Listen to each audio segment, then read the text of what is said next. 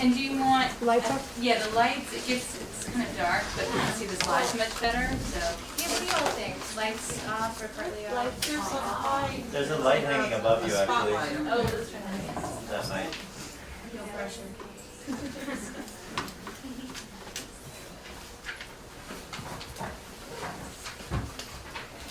Should I come on? Yeah. It's plugged in. It's already on. Oh.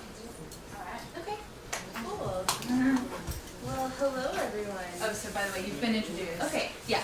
Great. So they know you're amazing, and we're so happy to have you here. Deplug Emily. that minute. I'm not amazing, but I actually have had the chance to meet and work with a lot of really amazing people, which is actually kind of the stories that I wanted to tell tonight. So you already know my name is Emily Jacobi, and I run an organization called Digital Democracy, which astonishingly has been around for almost 5 years, actually. Because in many ways we still feel new and like a startup and have gone through a lot of iterations. But our focus is really a lot of what's represented on this first slide, which is about the possibility and potential of new technologies to really transform existing, entrenched, long-standing power dynamics and imbalances. So I'm going to begin by telling my story and then talking about 3 case studies of our work in Haiti, our work in Chiapas, Mexico, and our work in Peru, where we're doing some tool building right now. But I also understand that this is a class that's really about discussion and debate, so I'll open up maybe at the end of every section for questions specific to those stories, and also really encourage you to ask anything you want. If you want to hear more about the nuts and bolts of running a nonprofit, or any of the other things that I touch upon, feel free. I'm excited to hear what you have to say. Okay, so my journey begins in Indianapolis, Indiana, the cosmopolitan city, world-renowned for really global mindset. But I was part of this really cool youth journalism program as a kid that had a core philosophy that I maintain by extension to today, which was the philosophy was focused on media by youth for everyone. The idea is that young people represent a significant portion of the population, and their voices are hardly ever heard in mainstream media. So we were really taught how to ask good questions and produce good content, and that was the basis of our work. And that was something that stuck with me for a long time, which is that whoever's voice, whoever's perspective you're trying to hear from, you need to hear from them directly. So I don't just work with young people anymore, but I still maintain that idea that people themselves should be producing the work and that it should be shared with a more global audience. So it began in Indianapolis, but when I was 13, when I was 13, I had the chance to go to Havana, Cuba. We got visas from the Cuban government, and because the U.S. had never thought to make age restrictions on the journalist exception to travel to Cuba, we were able to travel legally.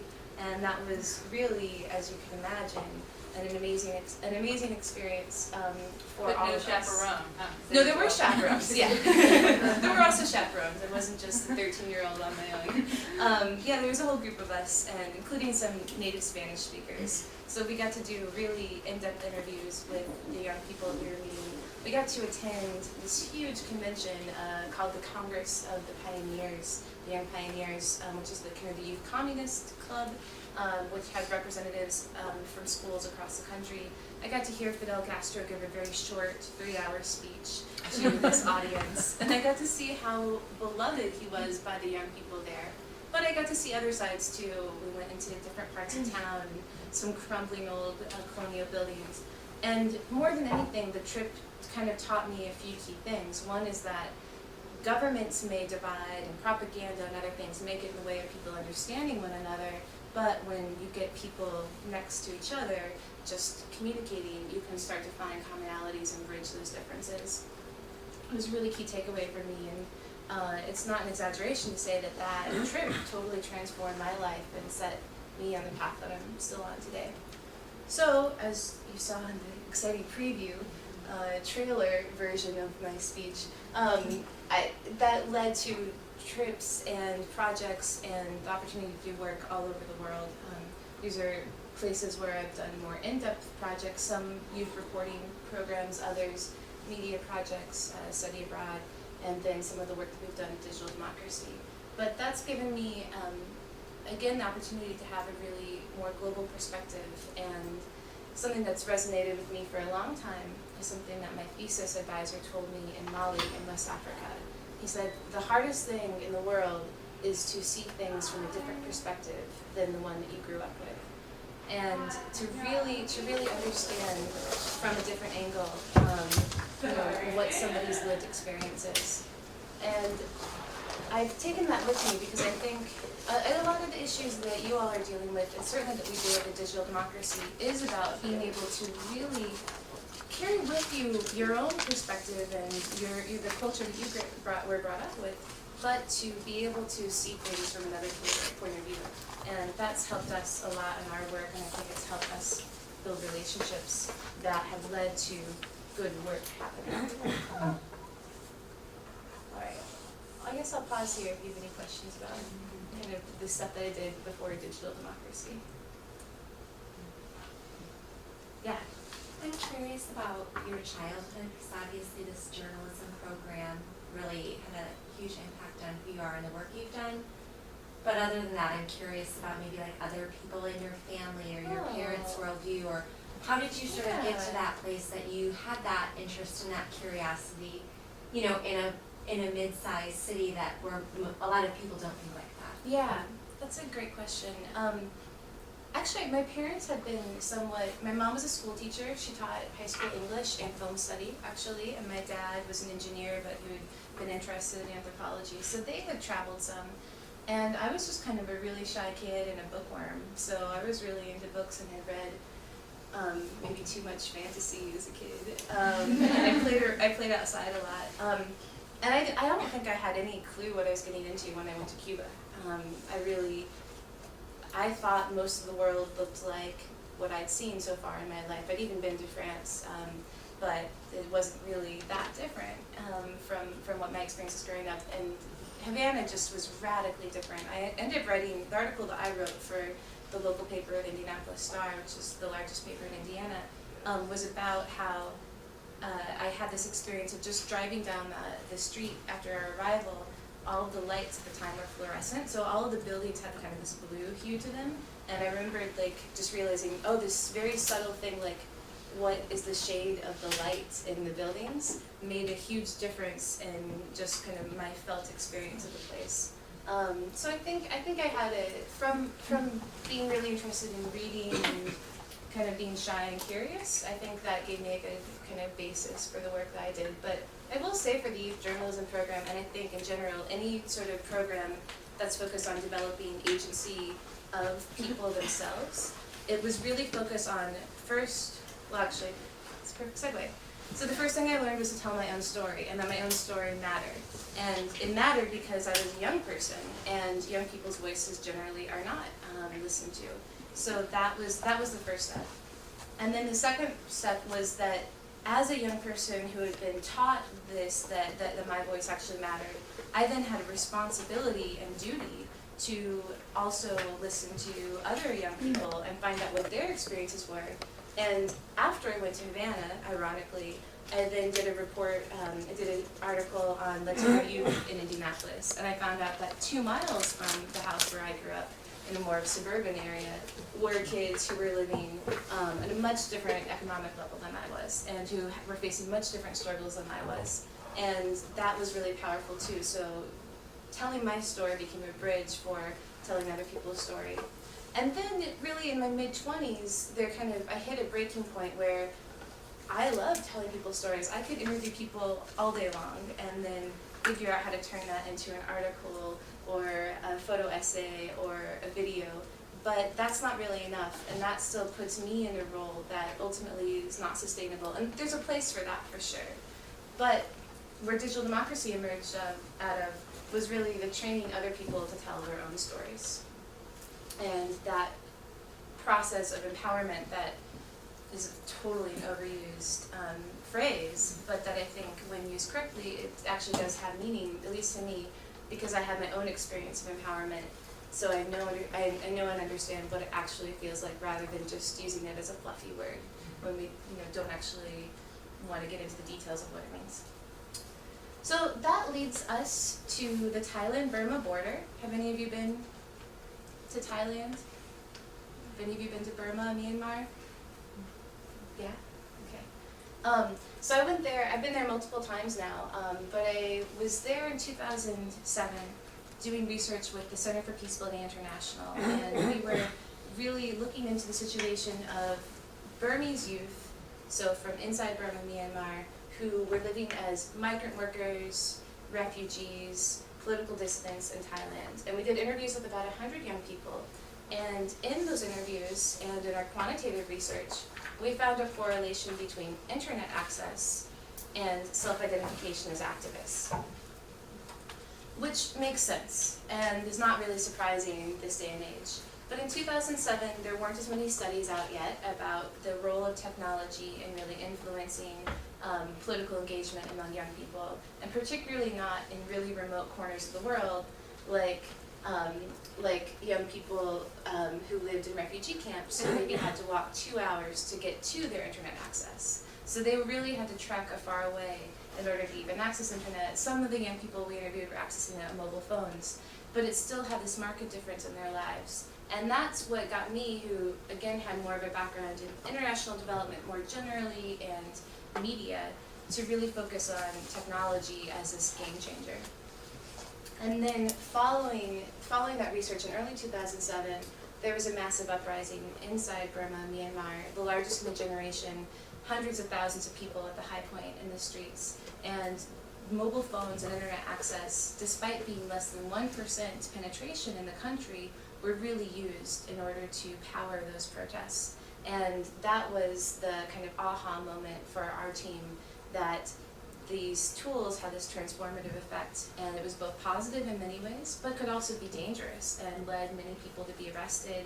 Later on, photos that were used to show the protest and get it on the head, front cover of the New York Times, were later used also round up dissidents and imprison them later. So both the potential of the tools as well as the dangers is where the idea for digital democracy emerged. And our mission is to empower marginalized communities to use technology to defend their rights. And this applies to human rights, environmental rights, really across the spectrum. And because we're working with marginalized communities, what we try to do is understand from their perspective, what is it that they are trying to protect, defend, fight for, and the work emerges from there. So I'll tell you a little bit about our process. We start with digital literacy. It's both a way to kind of get an assessment of where people are and their technological skills, as well as then to actually learn more about the actual content. So for instance, if we do a photo workshop with a group of indigenous youth in Guatemala, we learn a lot more about what their day-to-day realities are of their lives than we ever could by coming up with the questions ahead of time and giving them a survey to fill out. Digital literacy usually is also the way we build a closer relationship, and that leads to, in places where we decide to do more in-depth work, more of a digital organizing phase. So that's looking at the way that these technology tools can actually be harnessed around specific advocacy or other goals. So it might be data collection, it might be how to use text messages to organize a protest, it might be digital security.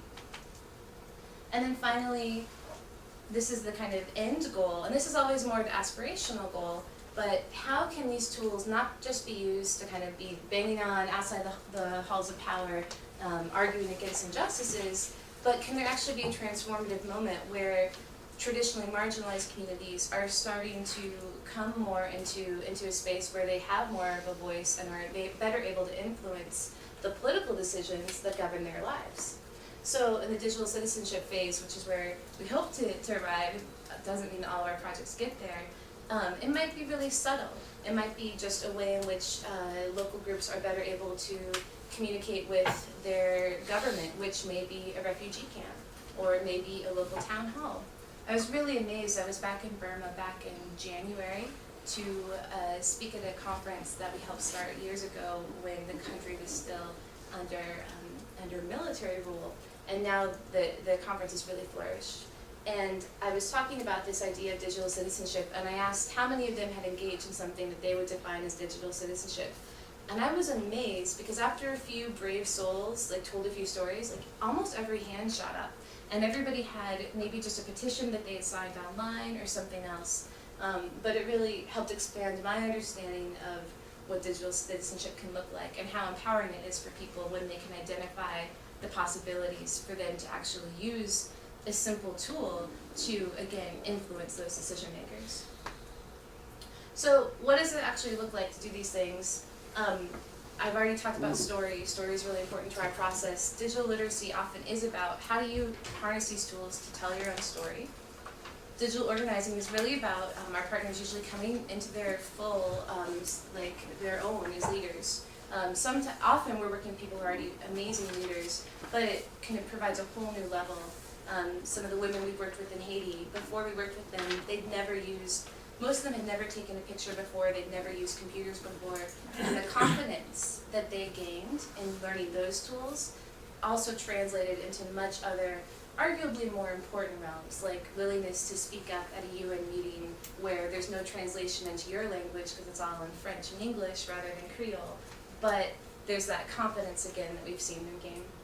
And then finally, digital citizenship is often about advocacy and really being able to kind of take that to the next level. So I mentioned Haiti, and I'll go ahead and dive into that story. So this is the women's group Kofavi. This is 3 months after the earthquake hit Port-au-Prince in spring 2010. And as you can see, they're meeting kind of on this blue tarp with their shoes lining the tarp and another tarp overhead.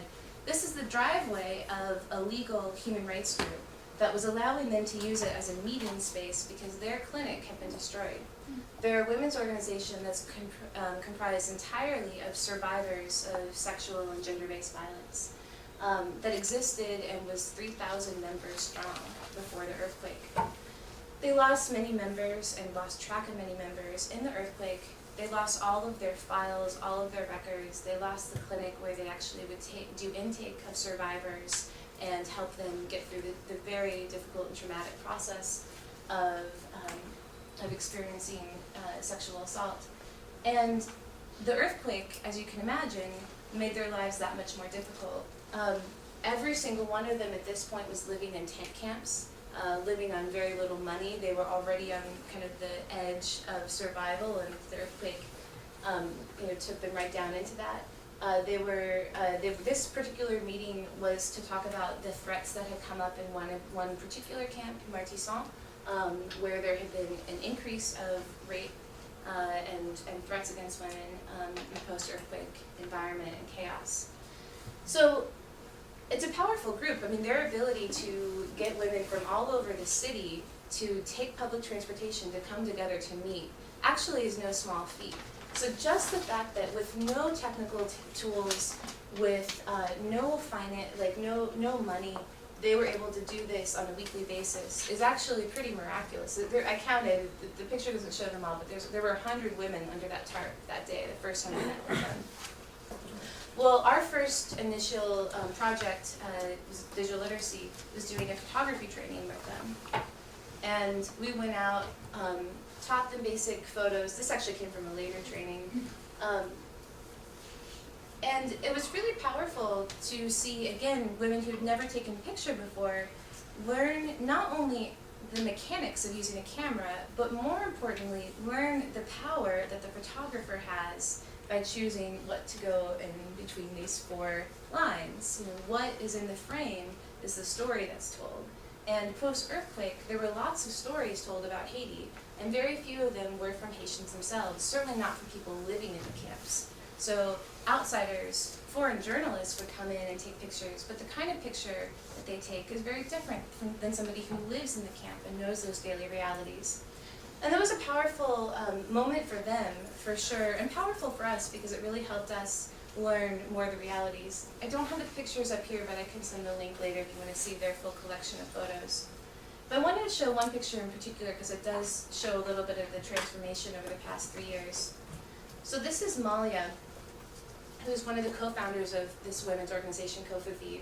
And at this point, this was a couple months later, they decided to take this picture because she had just been threatened with her life and had to get out of the camp.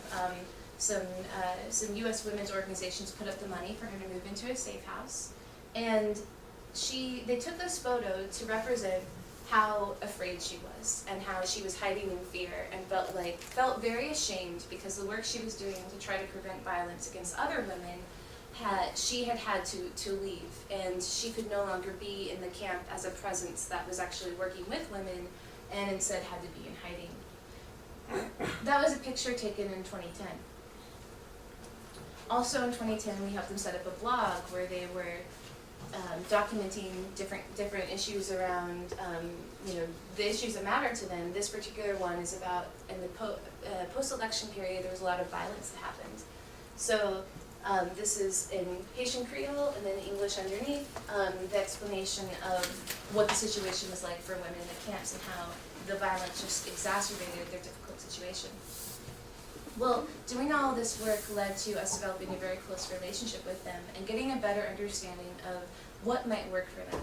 So many people had suggested, I'll come back to this. So many people had suggested, SMS, so text messages played a really important role post-earthquake in changing the way that the international aid had actually gone into the country and had addressed getting people out of buildings. So many people were suggesting, well, for this problem of rape, which was becoming known as a very big problem, that there should be an SMS hotline. And so we actually discussed that with the women from Jacobi, and we did a test of an SMS tool for them to report on violence around the elections. And what we found is that they didn't send, I think there were like 3 text messages sent that weren't part of our test training. It was just a total, utter failure over the course of a 6-week period. But when the women came into Jacobi's space, by that time they had an office set up, and our staff person was there, they went on and on and on about everything they'd seen on a weekly basis. You know, the intimidation from this political party, and a woman being attacked over here, and a man who'd been kind of run over by a car, and all these things that they had to report on. But they didn't want to report it via SMS. They didn't really know how to report it via SMS because these were long stories, not short little messages. And it's a very oral and also interpersonal culture. And so the experience of talking about it and sharing their story was a big part of it. So out of that emerged the idea to, instead of having instead of actually setting up an SMS hotline, to instead have an actual call center. And we helped Jacobi get the call center up and running in 2011. It's now running 24 hours a day, and they're fielding thousands of calls every single month from all sorts of different constituents. And the focus of the call center has expanded from just specifically gender-based violence into a whole host of women's health issues and other things. During Hurricane Sandy last fall, they were one of the few call centers that actually remained open, and so they ended up also fielding calls about emergency relief. They helped a woman get an ambulance who was going into labor. They gave advice to people whose buildings had been torn apart. So it's been a really wild success for Jacobi. Allowed them to expand their membership from the 3,000 members that they had before, amplifying by tens of thousands over the course of the past few years. So another aspect of that was also dealing with their issue of their files. So like I said, all of their files and records were destroyed from before the earthquake, and that was really devastating because these were the stories of the survivors and what happened to them. So they started retaking paper intake forms immediately after the earthquake. They were documenting rapes after the days after the earthquake, and this was their solution: put them in a filing cabinet. But they knew that solution had a lot of problems, primarily that another earthquake could come and destroy it. So what we helped them do is build a secure cloud-based database where they could log all this information. And what they found was not only could the peace of mind to know that it's backed up elsewhere, but that they could start to run all sorts of interesting analysis that's not really possible when you're hand tallying via paper.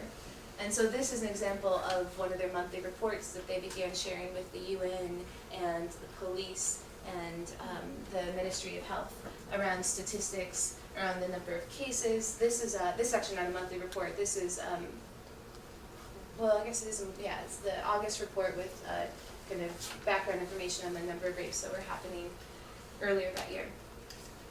So obviously the content matter is very serious and very difficult, but what the technology allowed them to do was really transform their relationship with their community. When they were first speaking underneath that blue tarp, they didn't have any sort of audience with the police. The police were routinely pushing them away when they would come to them with cases. The government, they had no relationship with the government. They were excluded from UN meetings. But putting a technology system in place really enabled them to transform their relationship with those entities. And that same, I don't think I have a picture of it. This is them giving some international testimony at the Inter-American Commission on Human Rights. And this woman, Malia, who was the one hiding behind that door earlier in that picture, was actually a CNN hero this past fall. Who really, when you talk about kind of what it means to transform over the course of just a few years, an incredible transformation. So for us, it was really important not only to do this work, but the question we ask ourselves is, okay, well, what really matters most is the change that happens after we're gone. And one of the things that Jacobi really wanted to do was have a website with national information, so that the call center could be a national service. So we held a hackathon in February, which was the first hackathon to be held actually in Haiti, and it was a blast. And over the course of 3 days, we had, I think, 6 or 7 international designers, coders, and then 30 or so Haitian students and 20 women from Jacobi all came together, and over the course of that weekend, were able to build the website that they're now using to field national calls. And that was the final, this was one of the mock-ups from just during the actual hackathon. But that was the final real project that we did in Haiti. And that was the last step in us fully transferring the ownership of all these technology systems to Jacobi's team. And they now have a tech team of 12, 3 of whom are capable of actually editing the database and are building out new forms all the time for legal, medical forms. And it's really just radically transformed their ability to service the women, the survivors, that are their core constituency. So just briefly, I'll share that our next steps for this are that we're finishing a report about our process and what we did in Haiti, so that it can be shared with others, and not just groups that are trying to work on gender-based violence in other areas of the world, but really anyone who's interested in how an international group and a local group can have a true partnership and collaboration to build out long-lasting technical tools. We're finalizing curriculum on how we did it as well. And we're looking for some design help on that. So I don't know how many of you have design skills, but I would love to talk to you if you are interested. Well, I'll pause there and see if you have any specific questions on Haiti. Yeah, it's a more broad question, but I think it ties into what Sure. you're talking about. And clearly, globally, there's a gender divide in tech. And there's a lot of stereotypes about who technology is for and what's appropriate for women and men. And I'm curious how your program design deals with that issue.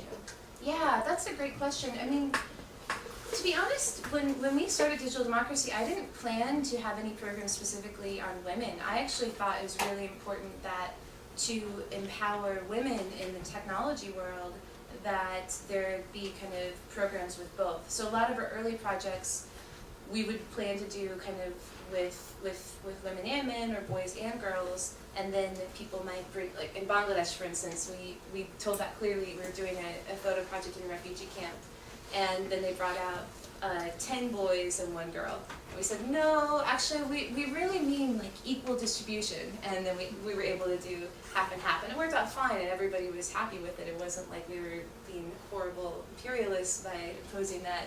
It actually worked out okay, as far as I know. But in the case of Haiti, because our mission is marginalized communities, it really was women's voices who were being, not the only ones for sure, but women's voices were very, very marginalized from the process of deciding where aid should go and how these different resources should be distributed. And at UN meetings in particular, it was impossible to hear from the voices of grassroots women. And that tied directly to the fact that that cases of sexual assault were on the rise because women weren't part of the camp committees. They weren't asked about how many bathrooms and latrines there should be for each camp, and so there weren't enough. There wasn't lighting.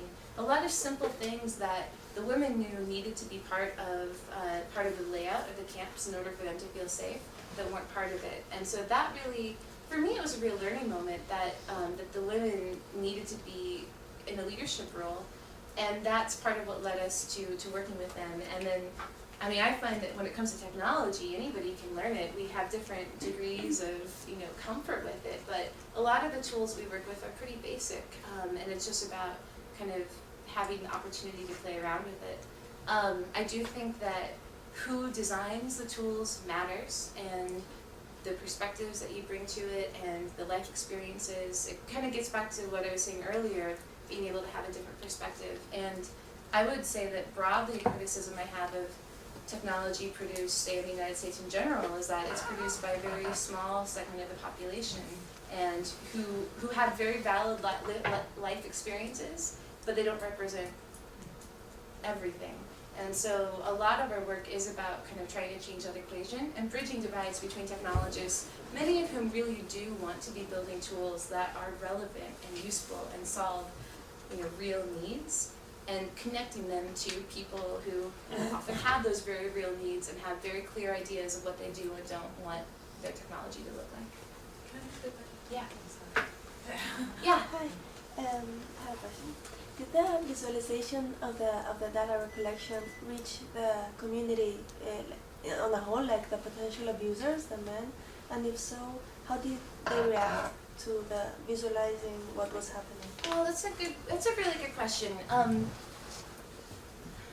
Jacobi does a lot. They have a lot of different branches, and they have education committees, and they have like camp outreach committees, and they'll do a lot of events like in the camp. Well, there aren't as many camps anymore, but they'll do outreach in communities. And they actually, one cool thing that they did early on was establish men's groups. For a while, the police were just totally refusing to go in some of the most dangerous areas. And so they actually were organizing men's groups. So there's many men who are their allies and work with them. The reports, I won't speak for Jacobi because I'm sure they could give a much better answer to that question, but my hunch is that the reports, they more needed to convince the official audiences that rape was really a problem, because for people who lived in the camp, everybody knew it was a problem. Like that wasn't a question really from my understanding and my experiences talking to both men and women connected to Jacobi and not connected to Jacobi. But a lot of the official reports and the official groups, and partly because the Haitian government at that time was really trying to save face, and they were basically denying reports of violence in the camps. So the visualizations that I showed were more intended for that audience, and a lot of the work in the camps and kind of at the ground level is more, they'll have more like kind of like offline type of events. They have done some photography shows. They had like 5,000 people come through and see the photography exhibit that we helped them produce, which is, I think, really amazing. I don't think that if we were to organize an event here in New York that I could probably get 5,000 people to come to it. But they were able to do that. And that's great because that's the audience that matters more. It is by Haitian women for all Haitians. And that was really awesome. Yeah. What exactly is the Haitian government like? Are they like a communist or? Oh, yeah. Well, I guess it's a federal system that has democratic elections, a history of democratic elections and coups. It was ruled by a dictator, and then the dictator's son for a very long time, the Duvaliers, until the mid-90s. He's had a really tough history. We could go into that for a long time. Right now, there was a democratic election in 2010, that brought a new political party into power. People were very unhappy with the party that was ruling during the earthquake and very unhappy with the kind of result of that. So the current president, Martelli, is, I don't know, he's, I guess, if you were to translate it into American like politics, he might be kind of center, maybe slightly right, but not, not communist, not really far right wing. Very friendly to business. There's a lot of U.S. foreign investment right now, kind of as part of post-earthquake development. The government is a mixed bag on different social issues, but the different government agencies are doing a better job of communicating with groups like Jacobi. Ultimately, actually, Jacobi's vision for the call center, by the way, is that it become the country's 911. But the government is not strong enough yet that they can do that. But I think down the line, the potential is really there. And what's cool is that it's coming from the bottom up again rather than top down. Yeah. Possibly speak a little bit to developing the partnership with Jacobi and sort of how you as an outsider and digital democracy sort of work together and who was driving that ship and what that looked like? That's a good question, and that's really central to our work, and I think it's one of the major questions. We as an organization, as we've institutionalized a little more, that's been a major internal question of how do we do that in the future. And it's very important to us that we're not, say, doing work because an outside donor says, you should really go to Malawi, or there's this group in Uganda, why don't you go and work with them? Instead, we try as much as possible to work with groups who come to us in some way. But in the case of Haiti, we had a team who was doing work not specifically on women, but with young people at the time of the earthquake. The earthquake happened, we were involved in supporting some of the other tech organizations in the earthquake response efforts. And again, we were kind of really seeing the way that the women's voices were silenced from this process. We actually had been asked by the UN to do some consulting in Haiti, but we didn't want to just work at the UN level. We really thought it was important to understand the perspective of grassroots groups. So we were connected to the legal group that housed that meeting, the Bureau, the International Lawyers Bureau in Port-au-Prince that does amazing human rights work and has a long history of that. They worked closely with all these grassroots groups. We asked them, would you like us to do a photography training? They said yes. We worked with 6 groups initially, and we continued to work with 3 of those groups over the next couple of years. Kofavi was the one that emerged as kind of having the strongest and best infrastructure to do further work, but we did the blog, for instance, and some of those other tools we did with a trio of grassroots groups. So it really was a relationship that built. The first commitment from us was to bring down cameras and to share a curriculum and to lead a weekend-long workshop, and the first commitment from them was to participate in that workshop and tell us what they thought of it. And so Kofavi and some of the others, responded, well, we liked this, but we'd like to see more of this. And then we did a video workshop, and then we did the blog, and then we tested out this SMS tool, and then from there, as we developed our language skills so that we could actually speak with them in Creole, which was really critical, not have to speak through a translator. And as we developed a relationship with them, then the potential to do something much larger, like the call center, emerged. So I think if we had gone down initially saying, what Haiti really needs is a call center where any woman can make a phone call for free and get connected. First of all, we wouldn't even known that that's what Haiti really needed, which is a ridiculous statement anyway. And we wouldn't have been able to develop the right relationship. So I think the fact that we didn't know exactly where it might lead, but we thought it was important to ask questions, was really important to our process. How long were you down there? I may have spent a lot of time down there. My colleague, who's also named Emily, who ran the Haiti program for the past 3 years, ended up living there. I was down there initially for a little over a week, went back again a month later, and in 2010, 2011, spent a lot of time down there, again, kind of building that relationship, and also helped at times that they needed to travel to the United States, some of their leaders to actually speak to the UN and to the U.S. government about what was going wrong at that point with the redevelopment program. Yeah, I'll take one more question on Haiti, then I'll move on, but we can come back to Haiti. Is there anyone else? Well, I was just curious how you stayed out of danger.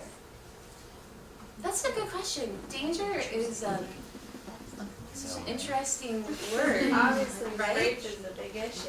Yeah, yeah, and you could say, oh, here you are, like a white woman, aren't you more of a target? And it's really interesting. Like, I remember going to a UN briefing on safety and security, and people driving around in UN vehicles, there was a period when they were really, really not safe. And kidnapping and other things are issues in Haiti. But we were really poor, and we were working with this legal group that had, you know, a mixture of foreigners who were there, and they drove around this, like, basically a jalopy, and we would, you know, drive up the roads and kind of in a car that we joked was worse than what most Haitians were driving, and things like that, and the ability to speak some Creole and other things actually, I think, made us much safer than if we'd been behaving, like, a friend of mine who worked for the phone company had to be driven around in an armored vehicle all the time, and she said, this makes me feel less safe, because it actually makes me a target. So as far as I know, there haven't been any cases of foreign women getting raped or sexually assaulted. There have been cases of kidnapping, and but there weren't that many. So I don't know. My mom asks this question all the time. Try to downplay it. This is being videotaped. Totally safe. No, I mean nothing's totally safe. Like New York City, like I don't mean even in terms of crime. I mean I could like be on my iPhone walking across the street and get hit. You know, so it's hard to say. I think every person needs to kind of make their own assessment of what they feel safe with or not. I certainly had a lot of stereotypes before I went to Haiti for the first time about how unsafe it was, and I found that it wasn't that every woman everywhere was always in danger. It was that living in camps where you can't lock your door at night, where there are some criminal gangs who are targeting young women, you know, below the age of 18, and if your mom has to go to work and leave you alone, that's when kind of the real dangers were occurring. So that doesn't even begin to touch me. You know, I'm so protected by so many different layers. So many Haitian women were so protected. A lot of wealthy Haitian women, actually, it's interesting, a lot of wealthy Haitian women were very angry about the news coming out about attacks in the camp, because they weren't experiencing those same threats, so they wanted the focus to be on other things, like getting women into government and other things that are also very valid. But the experience of the women living in camps showed something different. Alright, I'm going to continue. I'm not sure exactly where I am on time, so if you need me to stop this part, yeah, feel free to debating. Yeah, just keep going. Just keep okay. So this is similar but different. A really different experience that that we've had that is ongoing and that I'm really thrilled about. So I had a chance. I actually went to Chiapas, Mexico, as a college student, building schools in the Zapatista areas. Anybody been to Chiapas? All right. So maybe have a sense of what I'm talking about. But let's see, a couple of years ago, we were approached by a filmmaker who was doing work in Chiapas, Mexico, and doing work with indigenous groups. And there were a couple communities in particular. He had not visited them yet, but they were really in a remote area of the Lacantan jungle, a lot of which is kind of a reserve type area. And these were groups of Mayan communities who were being threatened with eviction from the Mexican authorities. And the Mexican authorities already evicted a few other villages in a similar kind of tenuous legal space. And what had happened is they had gone in with helicopters, forcibly removed people at gunpoint, relocated them to a city which few of them had ever even been to before, and the women who were almost entirely illiterate and hardly spoken in Spanish, 80% of them ended up engaging in like sex work to survive. The money that they've been given by the Mexican authorities to compensate them for the loss of the land that they weren't legally allowed to be on was stolen from them almost right away, because they were such targets, being essentially country bumpkins, peasants dropped down in the city. And for the men, it had been very difficult to get work. So we already knew what it looked like for communities that had been relocated, And these communities didn't want that to happen to them. And so they'd asked for help from the filmmaker to help them do a media campaign. And the filmmaker came to us and kind of had this whole complicated way of vetting us across this kind of remote area, but basically vetted us, and we went down to do an initial trip last spring.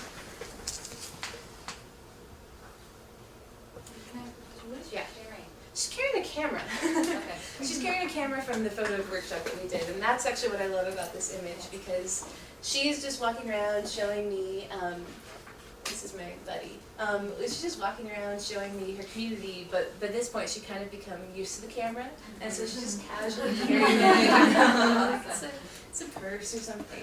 I just really loved that. So we went to this remote community of San Gregorio, and it is, it's really hard to access. If you're going by foot or donkey, it takes a couple of days from the nearest town that has mobile phone or electricity that's on the grid in any sort of way. If you fly in, which I was intrigued to learn that most of these rural villages do have landing strips. If you fly in, it's about a 40-minute flight from the nearest larger city. And again, it's a kind of highly complicated political context where part of the Mexican government is really trying to push through the land reform so that communities like this one can actually have land titles. And the environmental ministry wants to preserve, understandably, wants to preserve the rainforest and wants to get all humans off of it. And so the environmental ministry that has, sometimes more power than the labor or the land titling ministry is pushing really hard to try to forcibly evict all of these communities before they get their land titles, because once they get their land titles, they can't be forcibly removed. So it brings up all sorts of difficult questions that we actually had to ask ourselves of, well, what side are we on? Protecting the rainforest is really important, and yet, these people's human rights and their right to their land is also important. And it's been a real learning process for me. So before I jump into that, I'm going to show what we did. So we were there at their request, and this is one of the filmmakers. So the filmmakers were kind of doing their filming, but digital democracy, our perspective was really around putting tools into the hands of the villagers to train them on how to tell their own story. And specifically, and this is really cool, the entire community had gotten together, of 100 or so people, and they voted, and they decided that the women should receive the most training because they were the ones at home during the day. And should helicopters come in to forcibly evict them, they would have an easier time actually documenting it happening than men who were often off in the fields doing work. And so in places where we often do encounter patriarchal attitudes, it was really interesting that this community had that perspective. Just worth noting. It doesn't mean that we wouldn't have worked with them otherwise necessarily, but it was cool to notice. I might not have another picture, so I'll describe this. This is the wall of their church, and it's a painted mural, obviously, but it's incredible because it tells the entire history of their community. So their story of kind of Mexican history enslaved a lot of indigenous people, and particularly Mayans and plantation systems, essentially. And then over the past 40 and 50 years, they've been freed from that, and then were able to kind of form their own communities. So San Gregorio is a community made up of survivors, essentially, of the plantation system. So this mural tells their whole story of their process and their kind of their freedom and where they are today. And it was the first thing when we first showed them how to use little flip video cameras. The first thing they did was turn around and actually start filming the mural to describe the story of their community. It was so cool, and again, I wouldn't have been that smart to begin by telling them to film that. So they did testimonials, really talking about what the community meant to them, what the land meant to them. And it's through these testimonials more than anything that I really learned a lot about their perspective and what the land does mean to them, and how not only do they see it as the place that they want to be surviving and have their children's children live, but they see, they feel intimately connected to the land and feel intimately connected to protecting the land. So from their perspective, they don't even really understand that it's the environmental ministry that wants to evict them. They just know that they're being threatened with eviction. Because they remember 20 years ago, 30 years ago, 40 years ago, when the Mexican government would come in and log all the big old growth trees. They've seen other abuses that have occurred. And so they've seen actually the state commit many abuses against the environment, and they see that as their job partly to be there to protect it. So one of the things I did is one day the men went out to the cornfields to do some interviews, and I kind of just stayed behind, and slowly but surely all of the women and girls showed up on my porch, which is why you see the bug repellent down here, and they're just kind of curiously looking at me, and they don't speak that much Spanish, and I don't speak any Socio, so we didn't have a lot of ways to communicate, but I had some paper and pens around, and it was before we were going to do the official training, so I just passed it out. I don't think I have pictures on here either, but they drew the cool, I was able to kind of explain in Spanish, can you draw your community, and the few women who understood that were able to translate to everybody else. So they all set to drawing. And the drawings they drew of their community, aside from one woman and one man who both drew amazing kind of aerial maps, everybody else drew pictures of the plants and animals, primarily the animals. And sometimes there were people in there, and sometimes there was a house, but mostly it was plants and animals. And that, again, more than anything, really conveyed to me what a different perspective they have than I did growing up in Indianapolis, and very different than what I think most kids in the United States would draw, and that was really valuable to me. So we did a photography workshop. It was great. We had to keep kind of reminding the men that the women wanted to be doing the training, but they wanted the women to be doing the training, but everybody ultimately, a small enough community, got to take pictures, and He likes to grab that phone. yeah, I'll send it out as a link. Yeah, you can tell he's holding back, I love that. But I'll send out a link with some of their photos, because actually some stunning images, and again, it was also a confidence builder, and it was just a way for them to actually practice telling their own story. And I think that is one of the interesting things, and I think about ethical questions a lot. To be clear, I think about it a lot. What does it mean to be a white privileged outsider come into these communities? We know enough about basic, principles of scientific observation that as soon as you enter a situation, you change it. And what does it mean to do that? And are you doing more good than harm? And I don't think those are just those are throwaway questions. I think those are questions we should actually be asking ourselves all the time. And by we, I mean anybody engaging in kind of this sort of work, where you're cutting across power and language and other dynamics.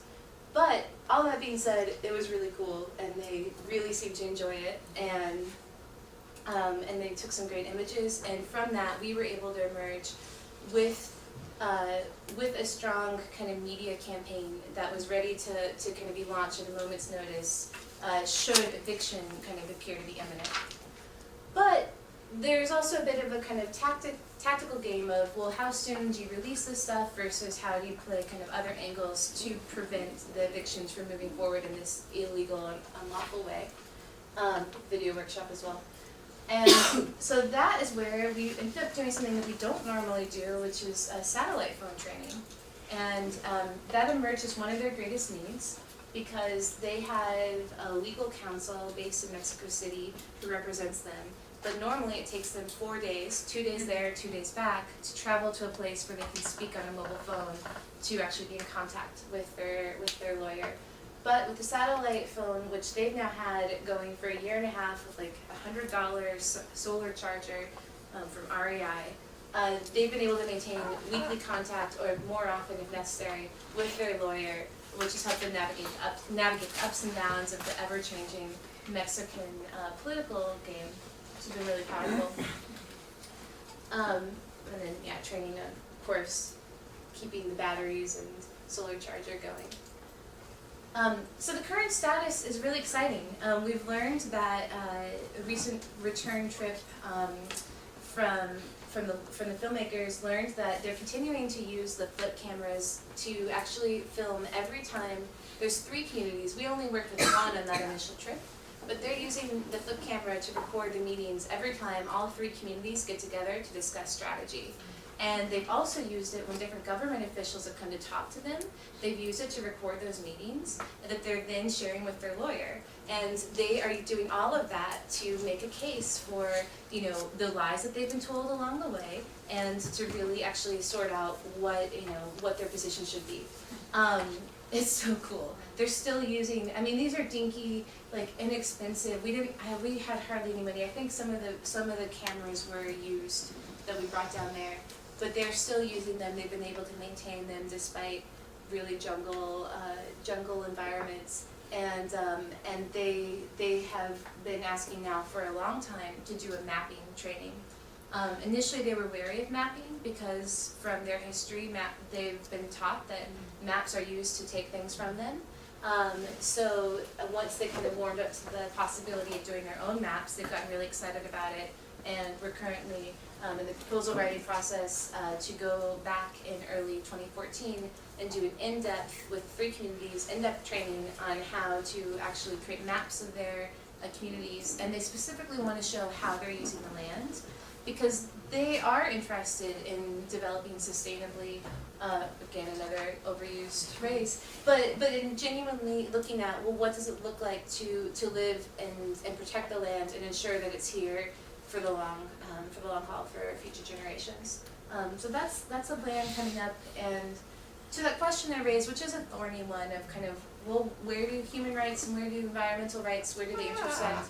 At least with our work with Indigenous people, it often is around recognizing that humans really are never separate from the environment, and how do we actually support, you know, a holistic perspective. And that's a lot of what we're doing, and really encouraging that the government enter into dialogue with groups like this, rather than decide for Mexico City that these people are a problem and therefore they should be removed by any means necessary. Yeah. So I will open it up to questions about Chiapas. Yeah. So how does the process work when you go and do these training workshops with the materials, the cameras, or the cameras? Yeah. Do you raise money? Do you get donations? How does that It kind of depends. It depends on the different circumstances, because we've done it slightly differently every time. The flip cameras came from Witness. Are you all familiar with Witness?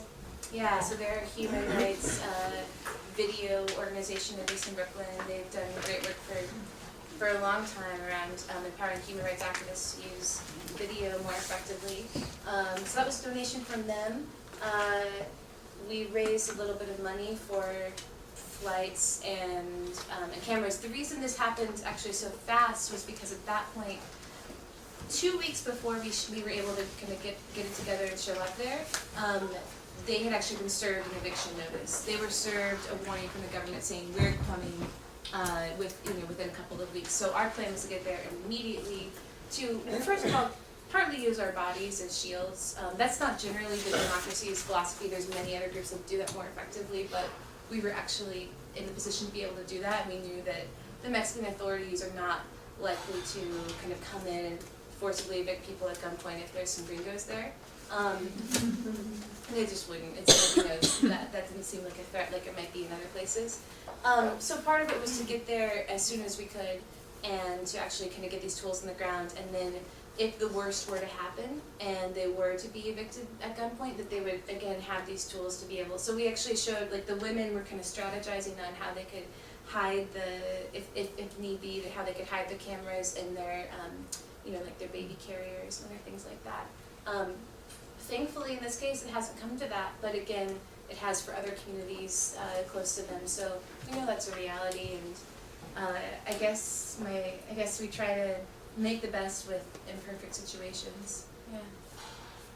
Lots of questions. I'll just do like this. So if you, yeah. Is the media campaign out yet, or are you waiting? Well, actually, I think it's changed so many times because the threat keeps changing, and that's one thing that that we think is really important is it's not just, it is about like making it kind of strategic decisions. So it's not really out, and in fact on our website we talk about Chiapas, but we don't name the community, we don't show where it is on the map for all of those reasons. At this point we're probably going to launch something this fall, kind of a soft launch that kind of tells more of the background story.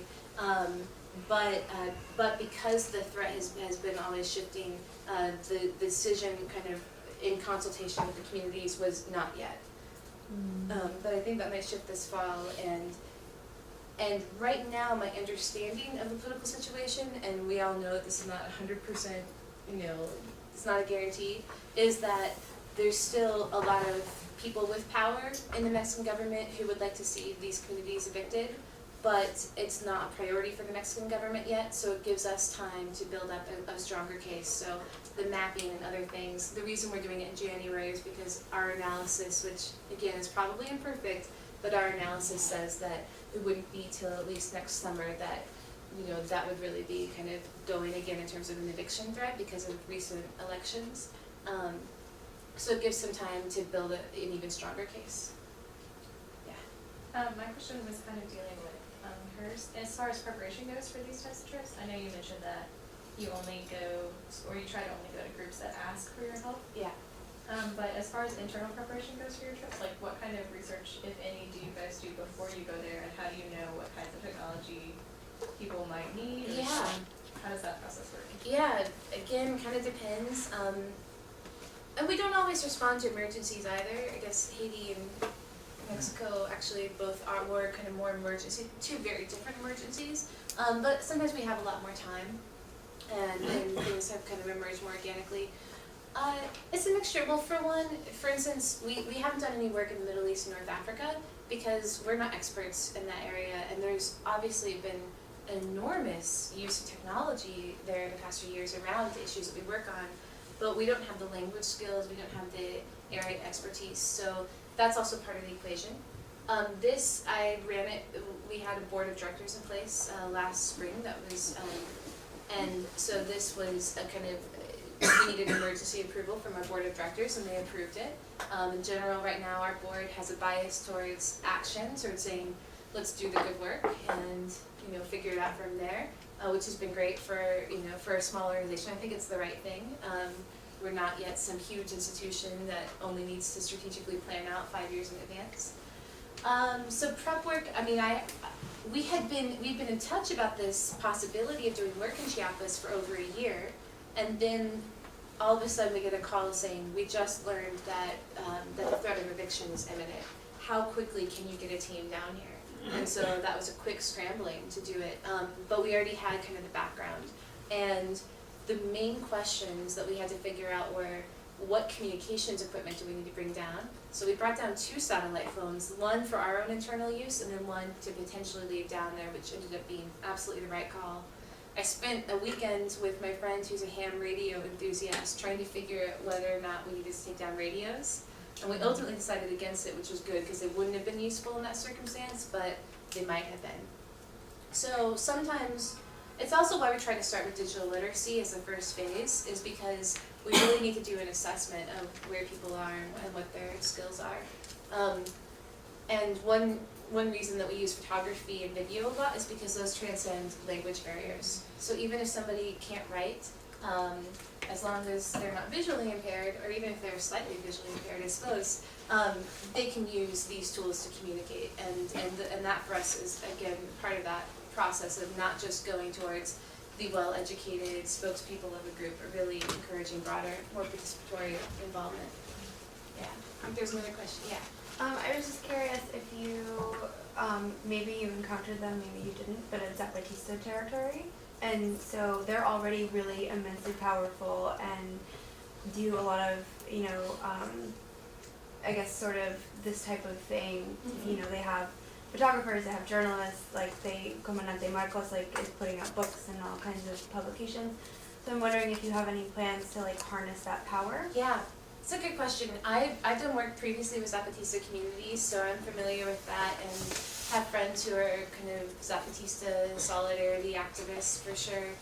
For those of you who don't know, Zapatistas are a Mayan political movement that emerged, actually publicly emerged on the first day, January 1st, 1994, the day that NATO went into effect. And a really fascinating group that has done amazing work, kind of highlighting the role of Indigenous voices, or the missing aspect of Indigenous voices in international policy making. This was something that I had to actually, I won't, it's not, we could spend hours talking about it because I've learned a lot. Political identity, from my understanding, is more fluid in Chiapas than it might seem to an outsider's perspective. It's certainly than it seemed to me before. And a lot of the communities in the Lacandon jungle, which indeed have been a stronghold of Zapatista territory, have gone back and forth between being Zapatista aligned or not Zapatista aligned.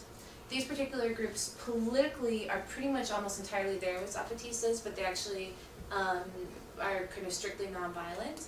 And so because of that, they've never closely aligned with Zapatistas, but they also haven't been against the Zapatistas. So the Zapatistas are allies in their struggle, but because they're not officially Zapatista communities, they're also not pushing them in the same way. And that's part of what made these communities vulnerable to eviction. So we actually had to ask ourselves, well, if they're not Zapatista aligned, should we still work with them? But because our mission is marginalized communities and they still fit that description, we were able to say yes. Some of my leftist friends kind of had more questions about that. Yeah, and I don't, as much as I spent time in Chiapas and learned a lot, there's still so much more that I don't know. So it's a good question, and it's definitely, I think, as I've seen communities flip back and forth between being Zapatista aligned or not, and I would say that it's fair to say that I think right now the Zapatistas don't hold as much power as they once did. That again, focusing it less on political ideology and more on these are people whose voices need to be respected in the process, has been what our focus has been on. And it would be the same if they were a Zapatista community. Yeah. Yeah, I was just wondering about your relationship with governments, not just in Mexico, but in general. How do governments react to you, local officials? Yeah. Up to this point, we've been able to stay primarily under the radar. Digital democracy, you may have noticed our logo, it's big D, little d, and we talk about small d democracy. We're not, you could hear the name digital democracy and think, oh, you work on electoral voting and other things, but that's just not where our interest or focus is, and we think democracy can and should be defined in lots of different ways. So a lot of what we do is more at the local level, but understanding that should translate ultimately into higher levels as well. So in Haiti, for instance, right now, if the government even knows who we are, they probably have a generally positive feeling about us, but the previous government maybe wouldn't have.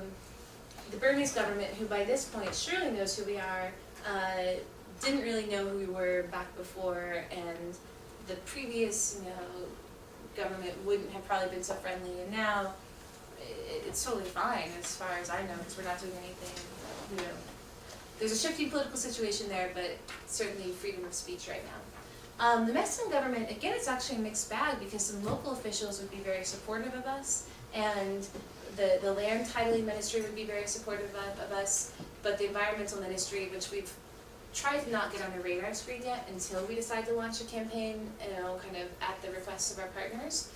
At that point, they might not be very happy with us, but again, our role is more as a facilitator and supporter and amplifier of these other groups, so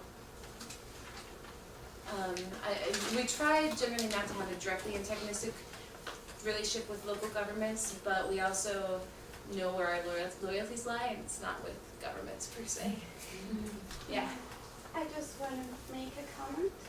I'm from Mexico, and I have Please. never heard. I'm so sorry that I am probably butchering a lot of information. No, so no. yeah. I mean, these communities get trapped in the middle. Even not all Chiapas is Zapatistas, and there are people that get trapped in government, authorities, army, and even the Zapatistas.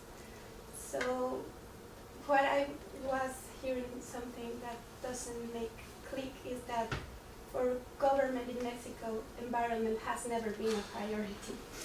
So actually, I think that people taken out of the government is because something to do with the government, the current government is El Partido Verde, that it's like an ecological party, but it has nothing about with ecological. So it's more like, I think, like a strategic campaign. Yes, and that's their argument. They really believe that they're trying to be taken out so that the resources can be done other things with. Absolutely. There is, and this is mostly coming, my understanding is mostly coming at this point from the filmmaker that we work with, who's done a lot of research with the government. There is one particular person with a lot of power in the environmental ministry who's using the environmental reason as an excuse, but I absolutely agree with you that overall the Mexican government is not, it's not like they become like the world's greatest environmentalists who just really want to make sure that the rainforest is there. Yeah, thank you. Yeah. I have to disagree. Go for it, please. I think my main question is, what do these sort of people, or the whole community does for a living? That is a good question. They're mostly subsistence farmers and Of what? corn. Yeah. So flying over, and this is actually really interesting. Flying over, I saw a lot of destruction for sure of the environment. And there are other communities that are not under threat of eviction and actually can't be evicted because of the legal, I mean, it could be evicted if the government decides to stop following its own laws, but as of right now, that doesn't seem to be happening, at least in this day and age. So there's many communities that have huge actual cattle populations and cattle takes a lot of land, and so there's a lot of slash and burn. So it's absolutely true that there is environmental destruction happening in this area by local people, for sure. And this particular community, and the communities that are connected to it, whether it's just a shrewd survival strategy or whether it's coming from the depths of their heart or maybe some combination in between, are actually really passionate about why they don't keep cattle, and why they're trying to do other things to actually keep the land, to keep more of the land untouched and actually kind of survive in better ways. But no, it's definitely a complicated matter, for sure. And again, because I think there's actually many different perspectives on this, again, our perspective is not that they're totally right on everything, but that their voices should be included in the process. And that I think it's actually a problem that these kind of, in reality, kind of wimpy, small communities are being threatened with eviction, which would mean such drastic things for the lives of the people who live there, when there are other communities that are kind of doing other things, but because their land titling went through sooner, they're not facing that same threat. But the overall impact on the jungle is more impacted by the communities that are already there. So again, I think it's about really whose voices are at the table in making these decisions. But you The can land say more. ownership would be ejidos, like it would be a shared. Yeah. I have a question for you. How effective do you think the media campaign would be if it ever came out? Like, do you think it would actually make a difference? Well, that's a good question. I think so, because I think the Mexican government is really interested in their international reputation. I think that I think that matters to them. So I think a media campaign that puts pressure on them to not do forcible evictions, via military helicopter at gunpoint, and especially if there's also this awareness that there are cameras on the ground and there's a population that that knows their rights and knows that they're gonna document that sort of thing. I think that would really be a game changer for the Mexican government and would make them think twice about kind of proceeding in the way that they have in the past. But I could be wrong. Yeah. Yeah. Well, I have two questions. One is just where are people uploading and storing the data, the videos and footage? That is a great segue into my next part. Right now, actually, I don't even know. I think there's like a computer in one of the villages where they're doing that, and they're waiting whenever, like, they're going sometimes to town and they're doing that. But there hasn't been a good solution thus far. do they like send it back to you and then you edit it? Or is that how They've it been working more closely with the filmmakers. Because our role has been more of just training them in how to use the tools, and then they've been working more directly with the filmmakers. It's been kind of more ongoing. The filmmakers have essentially become the community's like media spokespeople, and that's their own relationship. But that particular question, which is highly relevant in a lot of different cases, is actually what led, is part of what led to the last project that I'll talk about. Is it time-wise? Is that okay? Yeah, I think I can talk about it really quickly. or A break. what you said. How do people feel? Can we keep going for another 15, 20 minutes? Yeah. Okay. Yeah. Just one question. Yeah. Where are the filmmakers from?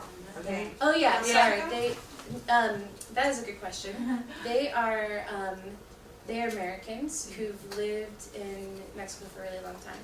So they speak really fluent Spanish, but no, they are gringos. Yeah. Is there any? Oh, sorry. Is there any movement towards training? Yeah, that's a big missing piece for them for sure. And the filmmakers work with a lot of local groups and have a lot of local allies for sure. But they are gringos, yeah. I was just gonna ask, like, are the filmmakers doing something kind of like Burma Vice, if you've seen that documentary? Yeah. Like using community media as part of their storytelling? Yes, they are. I don't know And what when the will that final come product out? is going to look like, but they've been doing a lot of supporting the community media. Yeah. Yeah.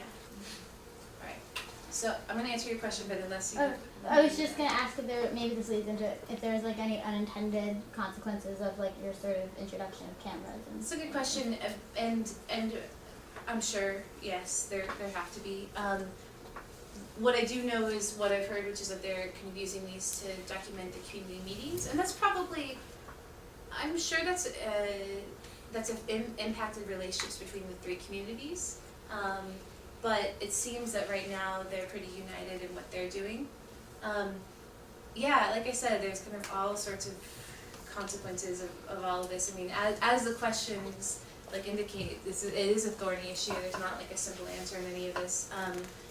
When I go back, I'm really excited to learn more and to do further interviews and see kind of what's worked for them, what hasn't. But as far as I know, overall the impact for their perspective has been positive. It's certainly been, probably the most important was just the satellite phone and being able to be in contact with their lawyer. But it's still an environment where there's tons of rumors, there's tons of misinformation, and lack of transparency around a lot of this. Okay, so to the question of how do people in remote areas with limited electrical power, how can they actually store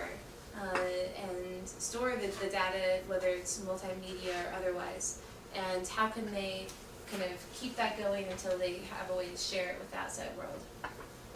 So we've begun doing work in the Peruvian Amazon. We're actually doing work in a few different countries in the Amazon region, but specifically in Peru, we're working with a group of a collection of different indigenous groups, and working on a project that has actually been like 11 years in the making. And our program director of this program has worked for the past 10 years in the Amazon.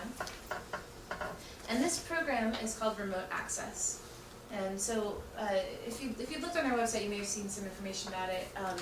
This is a grant that we received from the Knight Foundation, the News Challenge, back in January, to build a mobile toolkit to empower remote off-the-grid communities to better collect, manage, and share information about environmental or human rights abuses.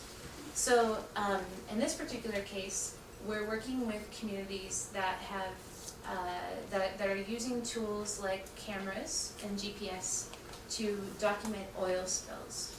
And they've been doing that for about 6 years, but they don't have a good way to store that information. And so that's really where this project emerged out of. Was we knew from our work in Chiapas, we knew from work in Guatemala and work in Burma, that so often the needs of communities in these really remote areas is very different than what our day-to-day needs are, even what the needs of, say, Jacobi and Port-au-Prince, the city, are. And that there aren't many people really working on these tools, because most people who work on tech tools live in places where they have Wi-Fi and mobile internet and electricity. So I'll give a little bit of context, specifically in Peru. The 3 groups we're working with are kind of living and working along these 3 river basins, all of which flow into the Marañón, which becomes the Amazon River. So it's this kind of northern area of Peru, really close to the Ecuador border, before the Amazon River flows into Brazil. And 40 years ago, the Peruvian government approved oil companies to come in. First it was an American company, Occidental, and now it is an Argentine oil company, Petrol. And they came in, they built up big stations, began extracting oil, and then built pipelines to get it out of the area. So there's really been 40 years of oil contamination, and for a really long time, the Peruvian government, which was a dictatorship for a long time, just really viewed the Amazon as an area that they should be, that was kind of, at best, benign neglect, but usually viewed as a place that was kind of a cash cow for the rest of the country. And so these lucrative oil contracts were coming in, and they were getting money, and it was really far away and hard to get to. It still took me, in the year 2013, back in May, it took 4 days to get from the capital, Lima, all the way out to Andoas over here, which is where we were doing a lot of our work. It took 3 flights and then 2 days on boats to get there. So you can imagine, even for a government with the best of intentions, it's a hard place to monitor. Actually, the oil company can get there more quickly because they have their own landing strip. So I should say that the government can get there more quickly than I did because they're able to land on that landing strip.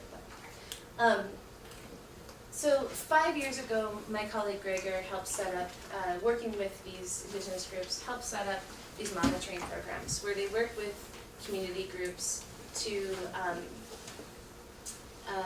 actually train them on how to use the cameras and GPS and go around and document. So, for example, this is a site where there was a big spill a few years ago, maybe 10 years ago, and the oil company did pay for it to be remediated, which means that it should be, the water should be clean, it should be okay to fish from there. Maybe you still wouldn't want to drink it, but generally it's kind of a fine area. They've done the work that needed to be done to make it, to clean up the spill. So when we went there to check on this remediated site, one of the monitors stirred the water a little bit, and that's what emerged. And that's what emerged. So we're dealing with a situation where there's a lot of misinformation because the oil company, for probably varying reasons, sometimes, to who knows what degree of kind of maliciousness or not, and certainly because they want to save money and because they've got a lot going on, clearly doesn't always put their best effort into cleaning up sites that have been, where there have been spills. And so that basically leaves it up to the local communities to do something about it. And it's taken the past 5 years of this monitoring program going around and documenting, but there's actually been a real transformation. And this spring, the Peruvian government declared for the first time a state of environmental emergency for this region, for this particular river basin, which is an enormous victory for the local groups. But one of the challenges they have is the government said, okay, this is an environmental emergency, give us a list of all of the sites and all of the GPS points, and we'll make sure that these are being cleaned up. Well, our monitors, who have been going around for years now and really know these sites inside and out, and really do know how to use GPS and really do know how to use cameras, they don't have a good way of storing all that information. So they're actually struggling to develop that list. And so one of the challenges that we're really trying to address with the support we've gotten from the Knight Foundation is what are the actual tools that will, earlier I showed that the 3 kind of parts, the documentation, managing, and sharing. Well, that second segment, managing, is probably the least sexy. Like, people get really excited about mobile data collection tools and other things. and sharing. Well, that's exciting because that's when you're, you know, sharing this information with the outside world. But actually, is the management of the data that we found is posing them the biggest problem. So after we went around and kind of got to do field visits and see how they work and, you know, what their process is like, we then did a workshop with them to really dive into, you know, what are the challenges that they're facing and what's working well and what's not working as well. We learned that they could take a huge blank sheet of paper, draw a very accurate map of the land that they cover, and pinpoint and explain to one another what they've seen in all these places as they've been doing their monitoring work. So we know the knowledge is there, they have it, they've lived this experience of knowing where the different sites are. This could become the map that the government wants, right? But when we opened up a computer, well, first of all, the coordinator's computer had been waterlogged and totally destroyed. When we opened up the information on another computer where they thought they'd done a backup, it's all in all these different files, it's kind of hard to sort through, and all these different backup drives had all failed.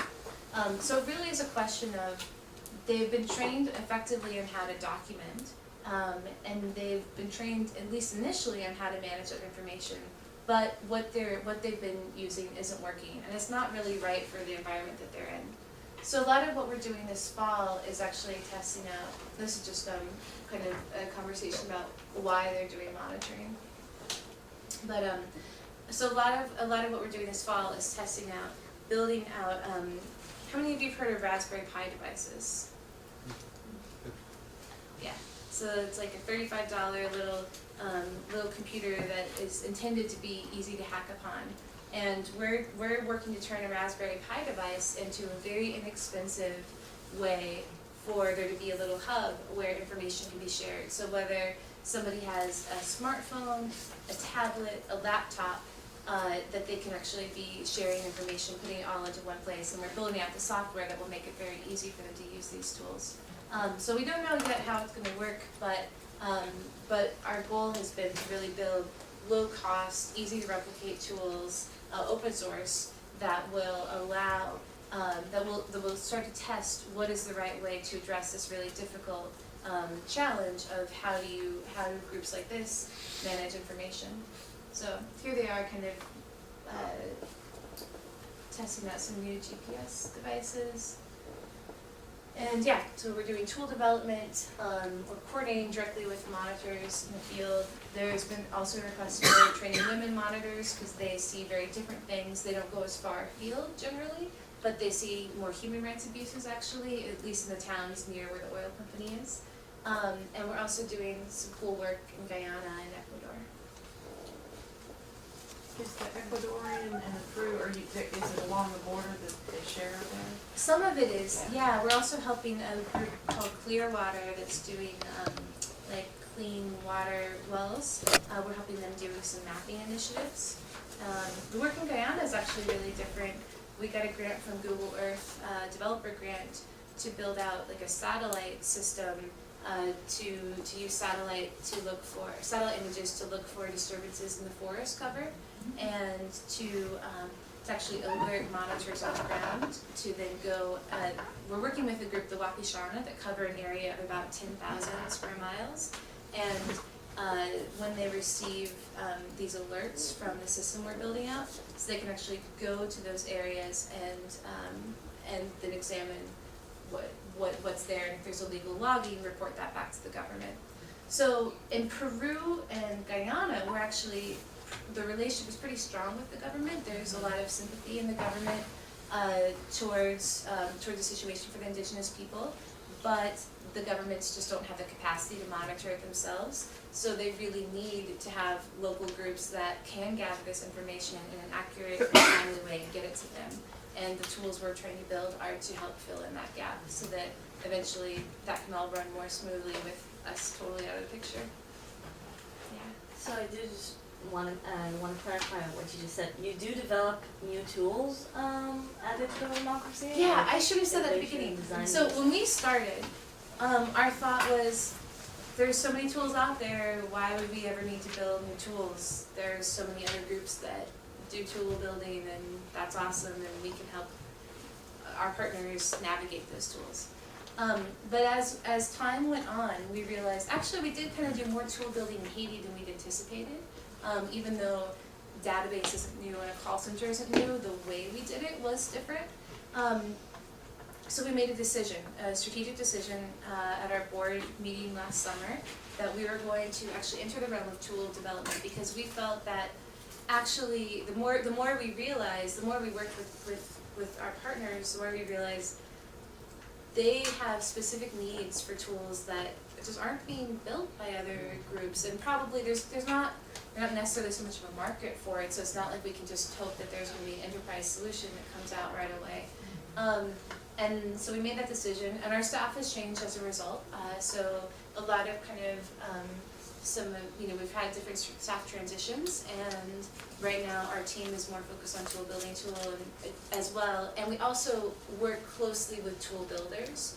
So, for instance, the Guyana work, we're not actually in-house coding the satellite early warning system, but we're working with a development shop who's doing that, and we're the in-between, because the development shop on their own would never probably be connected to the Wapishana and Guyana. So again, we're kind of playing that facilitator role, but actually through our programming, building new tools. Yeah. Well,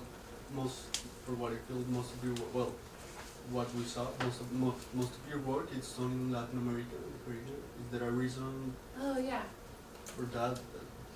Yes, all three case studies are. When we started off doing our work in Southeast Asia, we've done some work in sub-Saharan Africa.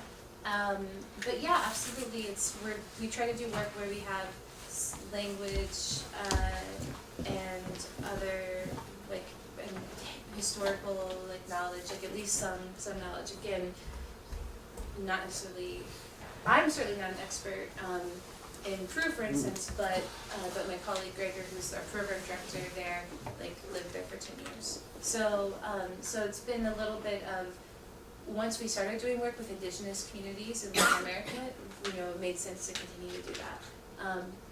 And it's like I said, it's why we haven't done work in Middle East, North Africa, even though from the perspective of technology and human rights, many people might think that makes a perfect fit for us. But again, we don't have as much expertise or reason why we would be doing that. So as we move forward as an organization, we are shifting more into tool building rather than being kind of location specific, and that opens up to remote access. While we're piloting it in Peru, these are tools that we hope and I think will be useful and necessary to adapt, but will be useful in many contexts around the world.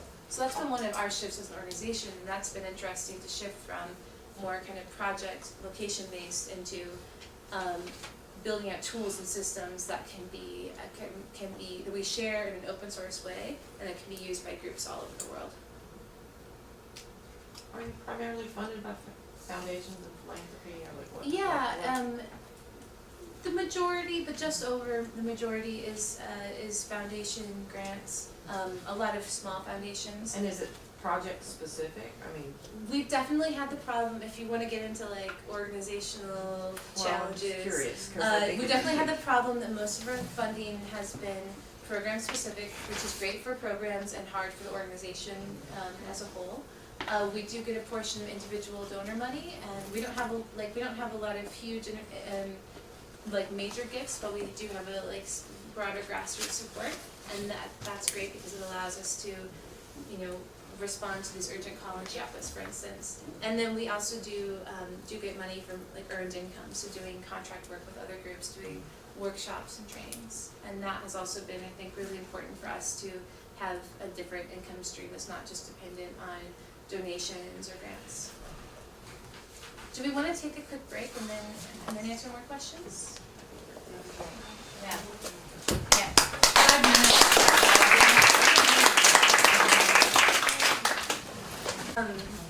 I didn't take stock of the room. I'm really sorry. I wanted to find out more about you before I started talking.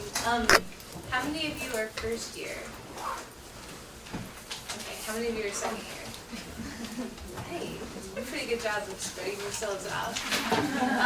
Okay, aside from these teams, how many of you identified as, as writers? Writers. How many of you identify as graphic artists? Okay. Graphic designers. Okay, product designers. So, technologist is such a broad term, but how many of you would identify as a technologist?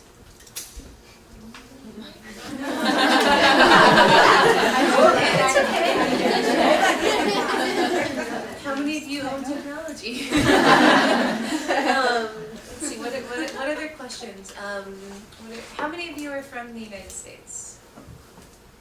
How many of you are from the Northern Hemisphere?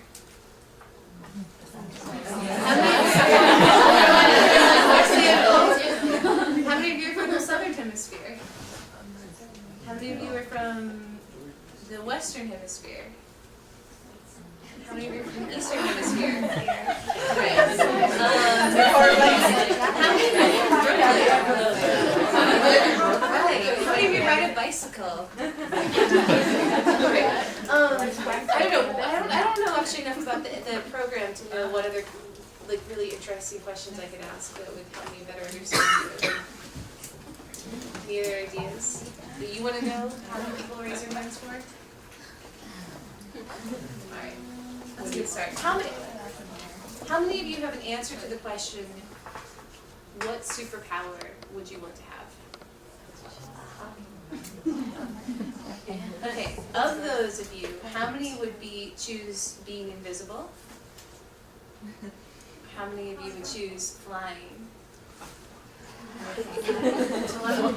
Telepathy. How many of you would choose? All right.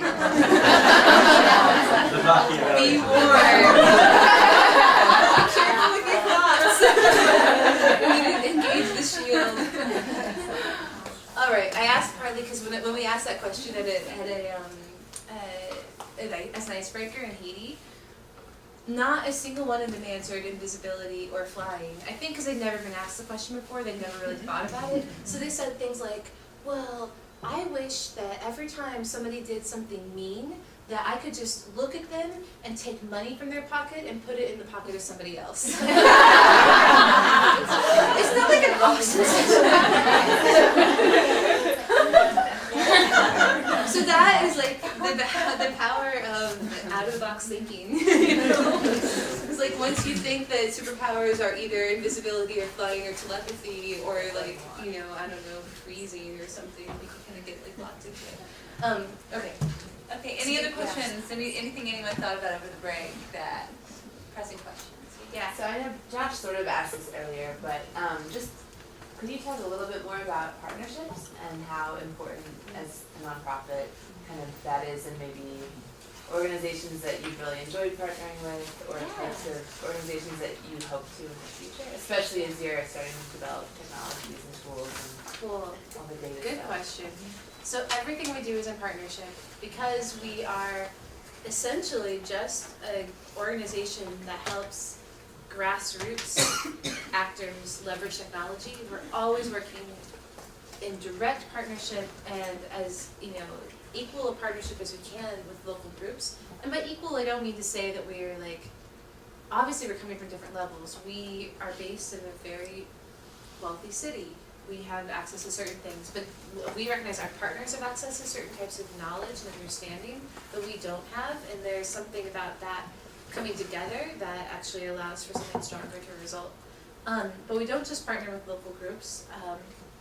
We partner with all sorts of different groups. So we partner with media groups, we partner with advocacy groups, we partner with legal groups, different more kind of traditional human rights groups.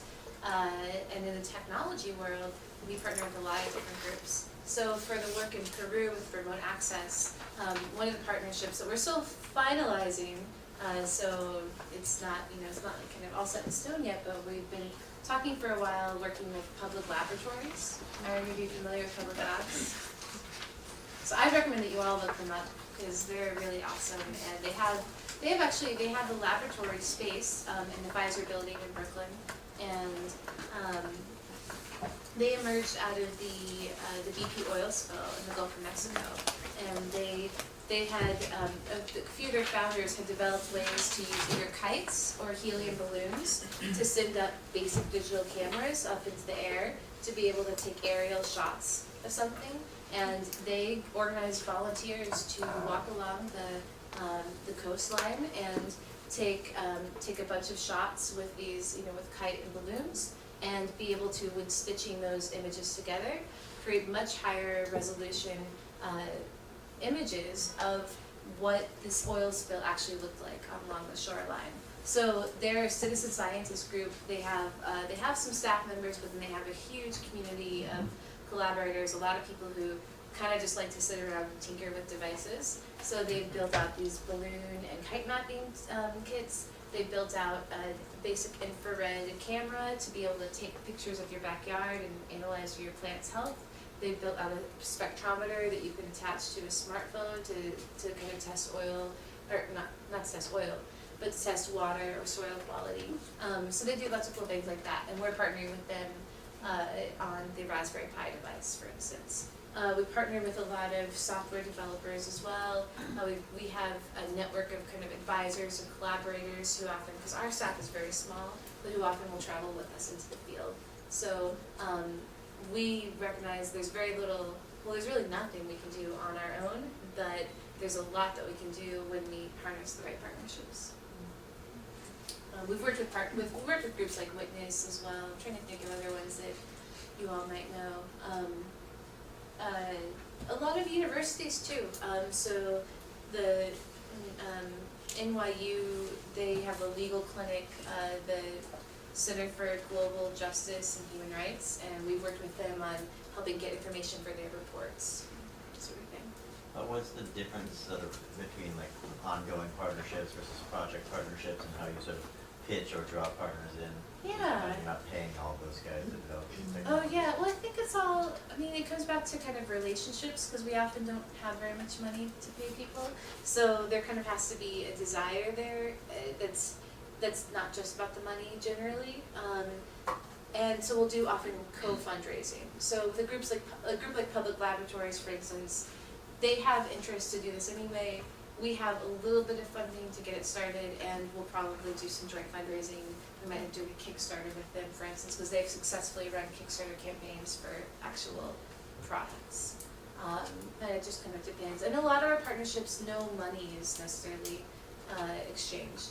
It's with legal groups, for instance, we're partners because we're working with the same organization. In Haiti, for instance, Jacobi has legal partners that are benefiting from the technology work we're doing with Jacobi, and we're benefiting from the fact that they're having legal counsel with Jacobi. So all of it just kind of comes together in this integrated way. Yeah. At which moment or point do you think is the right moment to end this process, to move on to another project or step? It's a really good question, and one that we've been asking internally a lot. And in Haiti gave us a great test case for that, because a lot of our other projects have been smaller and more kind of focused on a training or a workshop, and weren't necessarily, multi-year engagement. And in Haiti, unlike most of our work, there is still money to continue. So if we wanted to continue doing work in Haiti, there are donors who want to support work in Haiti, and we could have gone for a long time. And that's actually kind of part of the challenge almost in Haiti, is that there's a lot of money for international groups to continue doing work in Haiti. And that gets into questions, other types of questions. But for us, and this is my very honest answer, because I think it's relevant to a lot of the work that you all do, is that internally we begin asking the question, at what point are we enabling rather than empowering? At what point is a local group actually so thrilled to have free labor from from this external group that they're no longer developing their own skills? And I don't say that because I think our Haitian partners just, I think that can happen in any org. That happens in families. At what point are parents enabling kids? Or at what point are, is a sibling enabling another? At what point, as a coach, all these different things. I think that we've certainly at times been enabled by some of our partners to like not develop some of the things we needed to, like some of the financial back end or other things. So it was really around, well, at what point are we getting in the way of our longer term goals, which is ensuring that our partners have the ability to keep doing this work beyond us. And so we really focused on training and stepping aside from doing the work, really letting them kind of run, because running a call center and this complicated database, like it's really not easy. It's complicated work, and there are all sorts of problems that happen behind the scenes, like, a power outage will happen and then one of the phone lines will go down and you've got to know who the right person is to call to get it back up, all these sorts of details. So, behind the scenes, there's actually been this whole process of kind of figuring out how to be able to step away. And now, months later, it feels all like, nice to me. It's like, oh yeah, we transitioned, they're running it themselves. But the reality, because I think it's only fair to be honest about that, is the reality is that during the process, we didn't really know for sure if it was going to work. We kind of, did they really want to keep it going, or was it just nice enough to keep going while they had free technical support 24 hours a day, essentially? But the good news is that they did want to keep it going, and somehow that all came together. But I don't know, I think that in a way, the most successful projects are those where you're not quite sure if it's going to succeed. Because if you knew from the get-go that it was going to succeed, then is it really that much of a challenge?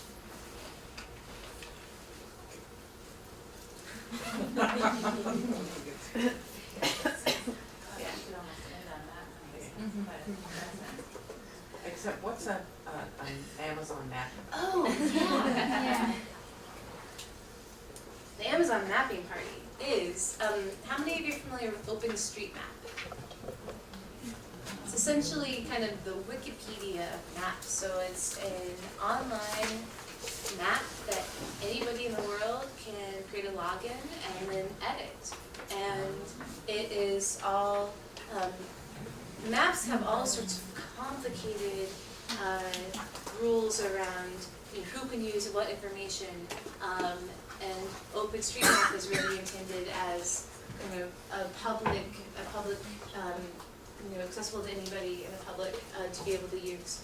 And there's a slide that I sometimes show of the difference between the maps of Haiti that existed before the earthquake and the maps that existed after, because thousands of volunteers from all over the world use satellite images to trace the streets of Haiti, and create OpenStreetMap became this really amazing repository of a map of Port-au-Prince. Because before that, there was no commercial reason to really map out Port-au-Prince, and so Google Maps and other tools just didn't have good maps. So OpenStreetMap is this amazing tool.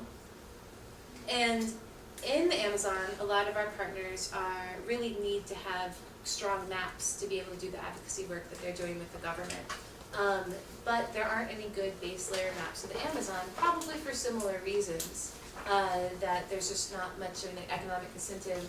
I'm not talking about the major Amazon River, but all the different tributaries, they're not good base layer maps. So we thought, well, what a great way to educate people about OpenStreetMap and what a cool tool it is, the fact that anybody can use it, and educate people about the Amazon, and get people doing something really fun, which is tracing satellite images, and kind of with these tracing tools. And so we want to host probably multiple at the same time, like distributed Amazon mapping parties, where we invite people to come together to help us by crowdsourcing a task that would take one person a really long time to do it pretty quickly. So we're in the early stages of planning out some Amazon mapping parties, and it's something that you all could get involved with if you're interested.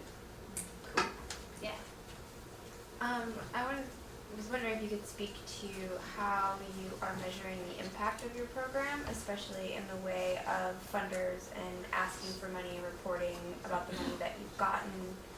Because you sound like somebody who's had to do that. Yeah, I have, and I've never done it like what I feel is successful, because a lot of the stuff that I was reporting on is like, well, we did this thing and these people felt like this about it, and that doesn't cut it in the funding world. So like, when you're asked for hard numbers or like evidence, how are you coming up with that? It's a really good question, and I have like multiple thoughts on this. Like, we could host a whole like conversation around it.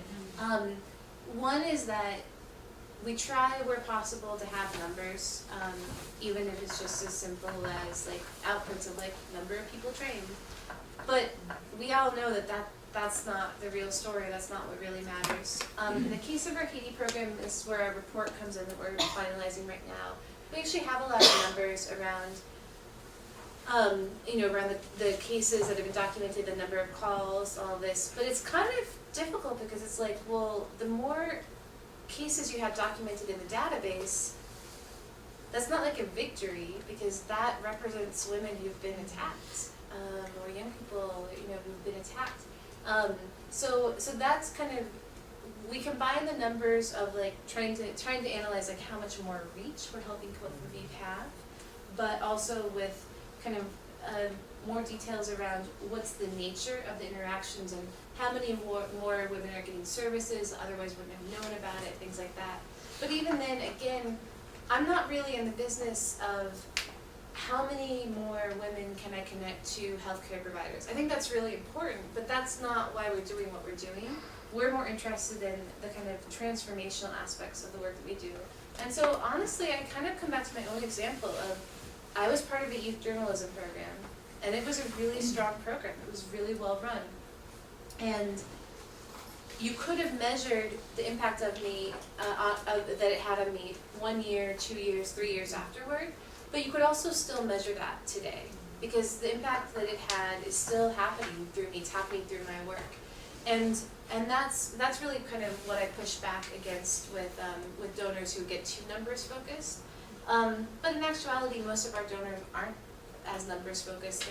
They understand a more holistic picture. They accept qualitative feedback as well as quantitative. And I think there really needs to be a balance there. So I also think that numbers can lie, and so can words. So there's at a certain level, I think there needs to be just, I don't know, I think anybody can like spin a pretty story, but the willingness to have more honest conversations actually, and talk more honestly about what we're doing right and what we're doing wrong, I think that has actually been the most effective for us with donors. I think that's what's helped them recognize that we're not just like taking the best quote that we got from the feedback process and sharing with them, but we're also like, because we're willing to share what's not working as well, I think that's led to more credibility to what we share. So that's been part of my strategy, or not strategy, it's just part of, I think, as you can already tell because I've said way too much considering this is videotaped. I am in this light of honesty, I think, on these things. Partly because I get really frustrated by other nonprofits that just paint this rosy picture when life isn't like that. Life is messier. That's my answer for that. I want to ask you a question about, it feels like, I wonder, there's a real equanimity in your approach to a lot of issues that are very hot, or sensitive, or emotionally fraught, or would make you angry, and I wonder how you deal with that, when you're going into a place, when you're hearing stories, and is it something you've learned over time? Is there any advice you could give? Because a lot of the issues a lot of people in the room are interested in, they have a passion for, but sometimes that passion can be counterproductive. Oh, that's a really interesting question. And I'm curious actually what all of your thoughts are. Can you actually repeat that question? Sorry, I just didn't hear. Yeah. No, it was just that I'm interested in so many times, Emily, well, in particular, like one example would be the oil companies. The way you described why they might have done what they've done, it was very measured and it felt very fair, and it seems like throughout this presentation that view is really useful, has been very helpful in just allowing us to absorb the whole picture of things. And so I guess my question, it's not really a question, it's just asking Emily if she could talk a little bit about how, where passion or emotion is useful and where it's not, maybe, or maybe could become counterproductive. Yeah, it's making me think about like personality types and other things, and the need for different kinds of approaches at different times. I think that my training as a journalist did teach me to ask questions and to listen. I've learned that few situations are, no situation is black and white. So even in the case of Burma, for instance, Myanmar, with the historic military dictatorship, I learned that there are many different sides to what was happening there. And it really helped to listen. And that I found out a lot by listening, and listening sympathetically, but just listening. And people told me all sorts of things. Like, I remember being in the Bangladesh border talking to an activist who was like going on in like the official interview about democracy. But then later when we were like probably drinking whiskey, but maybe just eating food, I'm not sure. It could have been either in that context. He was like, you know that, he like actually grabs me by the arms, like, you know, I don't actually believe that stuff about democracy, right? Like, I don't actually believe that we are supposed to be in a democracy, like, with the whole country Burma. Like, I want a free Arakan state. I want my nation. I want my country. And I was like, yeah, I totally hear you. And I was just like, this is amazing. Like, he's sharing this with me. And I didn't then, like, disrespect him by then going and publishing an article about that, because what would that have served? But it helped me better understand what was actually happening. So I think that that's been really helpful for me. And also, and I think sometimes sometimes my self-criticism is I see other kind of leaders and I think, oh, they can speak so passionately about certain things. But it's just not my role, I don't think. I think that with oil companies, for instance, I don't think they're all bad. Like, I think that overall, am I opposed to what they're doing? Yes, I am. But is that going to get me anywhere? Probably not, because the reality is that the oil company's there, and our partners have to live with them. And our partners are, like, they have mixed feelings about whether or not the oil companies should be there. They just think that they shouldn't be dealing with oil spills, or that the oil companies should be treating them better. And is it really my role to decide what should be happening? No. I think it's my role to help to change, to challenge the way conversations like normally happen. And so I think having a somewhat measured approach has been really helpful in a lot of ways, and again helped me recognize that like Haitian men are not the problem in Haiti. The problem is a system that over time has really marginalized a lot of different voices and led to feelings of powerlessness and exacerbated, what is a problem everywhere, which is gender-based violence, and exacerbated that to a point where, the system was starting to break down. So I think that because I have a somewhat systemic perspective on things, and because I recognize that sometimes unlikely people can be allies, I try to be measured. I mean, sometimes I definitely get passionate and angry, and oftentimes in listening people talk about their experiences having experienced horrible human rights abuses, that can be really tough, but I think I try to listen and understand, and then later I may process my own emotions around it. I've learned a lot from the women at Jacobi, actually, and a lot of people say, like, how can you spend time in this women's center that's full of, like, everybody's a rape survivor, like, how, like, it must be so terrible, and actually it's like, oh, I don't think of them as rape survivors, I just think of them as women who are really awesome, and sometimes I get reminded what they've been through, and sometimes, sometimes a really difficult case will come to the office, and then it's like I'm reminded all of a sudden, oh my gosh, this whole space exists because of these terrible things that people do to one another, but yet most of the time I'm actually there, and there's such a like feeling of joyfulness in life that it doesn't really, the like negative, it's not that it's gone, it's just that it's not the only story. So I don't know if that's a helpful answer, but I'm curious. Yeah. Well, I think Hannah and Mark's class will take you all through that. This is our professors at like this huge topic in fundamentals class. How to be neutral. Oh, that's good. In order to take everything in. Yeah, and I think and not tell yourself a story. Yeah. Right? Well, that's part of it too, right? Yeah. That.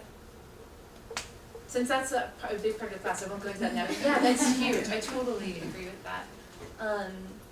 I think there's also a time for passion and a time for like accessing righteous anger. but in general, I've found that a lot of things that I felt that way about, I've maybe been slightly wrong about, and so it's taught me to try to take a step back and be more measured. Alright, I'm gonna go ahead and wrap it up, unless you just began to speak. Alright, thank you so much.